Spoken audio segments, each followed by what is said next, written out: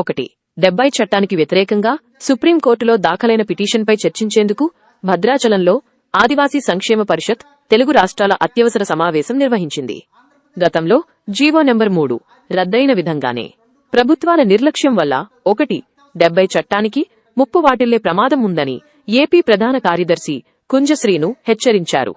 గిరిజనేతరులు, బహుళజాతి కంపెనీలు ఏజెన్సీ భూములను, ఖనిజ సంపదను దోచుకోవడానికే ఈ కుట్రలు చేస్తున్నారని, దీనిపై ప్రభుత్వం గట్టి కౌంటర్ అఫిడవిట్ దాఖలు చేయాలని ఆయన డిమాండ్ చేశారు.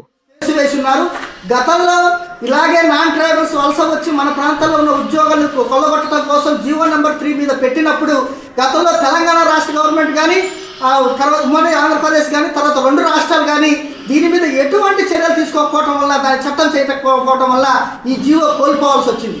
ఈరోజు మన గుండెకాయ లాంటి 170 మీద ఎప్పుడైతే జీవో 3 కొట్టేశారో మరి మన అక్కైనటువంటి మన గుండెకాయ మీద పడ్డారు. దాన్ని కూడా తొలగించే కుట్రతోటి వీళ్ళందరూ కూడా ఈ పాలకుల యొక్క కుతంత్రాలతో భాగంగానే ఈ నాన్ ట్రైబ్స్ ఈ యొక్క చట్టం మీద గురి పెట్టడం జరిగింది. ఈ చట్టం తీసేస్తే మన ఉనికి, మన అస్తిత్వం సర్వనాశనం అయిపోతుంది.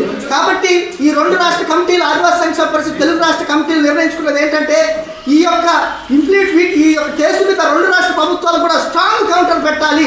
ఆదివాసుల ఉనికి, అస్తిత్వం కాపాడాలంటే ఆ చట్టం ఎంతో అవసరం. అందులో ఒక చిన్న సెక్షన్ని సవరించినా కానీ ఆదివాసులకి, హక్కులకి, సంస్కృతికి భంగం కలుగుతుంది. కాబట్టి దీన్ని ఎట్టి పరిస్థితుల్లో తీసేయడానికి వీల్లేదు, సవరించడానికి వీల్లేదని చెప్పేసి ప్రభుత్వాలు ఇంప్లీడ్ అవ్వాలని మేము డిమాండ్ చేస్తా ఉన్నాం. అదేవిధంగా ఆదివాసీ సంక్షేమ పరిషత్ తెలుగు రాష్ట్రాల ఆధ్వర్యంలో కూడా సుప్రీంకోర్టులో మేము ఇంప్లీడ్ కాబోతున్నాం. గిరిజనేతల యొక్క దుర్మార్గమైనటువంటి చర్యని మా ప్రాంతానికి, మా ఇంటికి వచ్చి మా ఆస్తులు దోచుకోవటమే కాకుండా మా మీదే అన్లాఫుల్గా చట్ట వ్యతిరేకంగా మా మీద కేసు పెట్టినటువంటి వారందరికీ కూడా కోర్టు సాక్షిగానే వాళ్ళందరికీ బుద్ధి వచ్చే విధంగా మేము చర్యలు తీసుకునే విధంగా మేము ముందుకు లీగల్ చర్యలు తీసుకుంటామని చెప్పేసి ఈరోజు తెలియజేస్తూ జై ఆదివాసీ.